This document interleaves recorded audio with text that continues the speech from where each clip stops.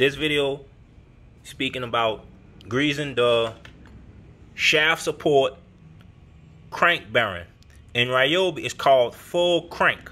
They do this this is a Stihl. I bought it for such an awesome price, I couldn't pass it up. I normally don't deal with these full mixes, but the guy let it go for like $35. He didn't know what was wrong with it. I had to replace a spark plug, I had to clean up the carburetor, and I had to put a new cable on it. So I spent $35, and I have about $25 invested, so I don't see it as a loss or anything. And if I want to sell it, I could get $150 for it. Back to the issue at hand. This is the bearing that supports the shaft. In Ryobi, they call it the full crank. What happens is when you pull it off, when you pull it off, or you may be spinning the head without the engine running, you hear this squeaking. And since it's squeaking, you need to either replace the bearing or grease the bearing. I'm not with the new age. I don't fit too well with the new age of everything is replace. I always trying to find a way to salvage it.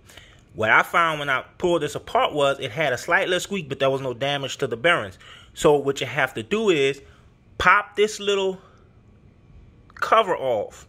And when you pop the cover off, you might have a little you might sustain a little damage to the ring, but all you have to do is put it on a socket that fits and just tap it down till it is nice and flat. It don't have to be perfect. This is not an environment where you're going to encounter a lot of water and a lot of seepage and things like that. So if you have a little gap, it's not going to make that much of a difference.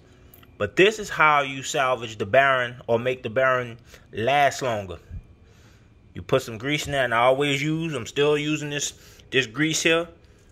It's high performance, and it works under these stress load conditions.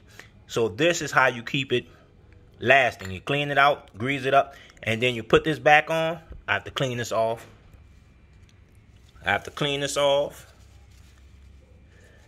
Best I could with my hand, one hand.